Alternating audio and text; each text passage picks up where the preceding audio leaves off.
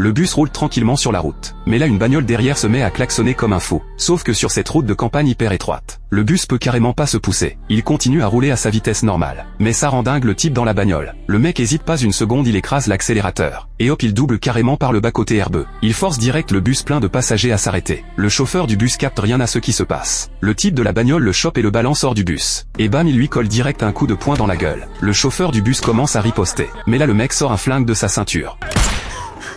Le chauffeur du bus se fait buter sous les yeux des passagers, par le type de la bagnole, en voyant le délire violent du mec. Les passagers flippent grave et retournent vite sur leur siège pour prier. Dans la panique, le portable de Tina tombe par terre. Elle veut le ramasser mais c'est mort, parce que le bandit est déjà monté dans le bus. Il ordonne aux passagers de filer tout leur fric. Tina enlève vite sa bague en diamant, et file juste ses boucles d'oreilles au bandit. Elle se dit que ça va le faire. Mais là son portable au sol se met à sonner. Ça attire direct l'attention du bandit. Tina écrase vite le téléphone avec son pied. Mais le bandit se baisse carrément. Il voit que c'est un portable par terre. Il voit que ça sonne sans arrêt. Le bandit hésite pas, il décroche. En fait c'est le copain de Tina qui appelle. Quand il capte que c'est pas Tina qui répond, le copain se met à gueuler grave. Mais ça énerve direct le bandit, en voyant à quel point Tina est mignonne. Le bandit la chope sans prévenir et la tire hors du bus. Tina essaie de résister comme elle peut. Mais bon, elle toute seule une nana. Elle fait pas le poids face au bandit. Rapidement Tina se retrouve balancée dans le coffre. Un peu plus tard Tina est emmenée en pleine cambrousse. Comme Tina arrête pas de se débattre, un bandit lui colle une grosse claque qui l'assomme. Pendant que les bandits discutent de ce qu'ils vont faire de Tina, Tina qui était dans les vapes se réveille. Elle profite qu'ils font pas gaffe pour se barrer en douce. Mais Tina a même pas couru loin, qu'elle tombe nez à nez avec le bandit qui revenait chercher de l'eau. Elle va se faire rechoper. Tina lui griffe le visage avec ses ongles. Le bandit la lâche enfin. Elle chope vite le seau en métal et le balance sur lui. Pendant qu'il est au sol, elle lui défonce la tête avec.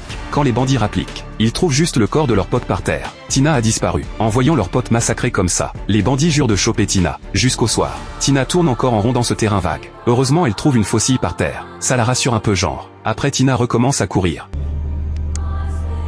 Mais là un bandit la coince dans un coin. Tina fait genre elle le supplie de la laisser partir. Elle planque la faucille dans l'herbe en douce. Quand le bandit s'approche, elle contre-attaque direct. Le bandit hurle de douleur. Tina flippe et se barre encore. Quand les bandits arrivent, leur pote a perdu trop de sang, il est mort. Les bandits décident de buter Tina, mais ils savent pas que Tina a déjà atteint les rails. Comme elle a rien bouffé de la journée, elle tient plus, elle tombe dans les pommes. Les bandits captent vite où est Tina, mais bon elle les repère aussi. Du coup elle se traîne vers une grotte. Mais là elle entend le bruit d'un train. Le train fonce droit sur elle. Tina chope une pierre et la balance sur le bandit.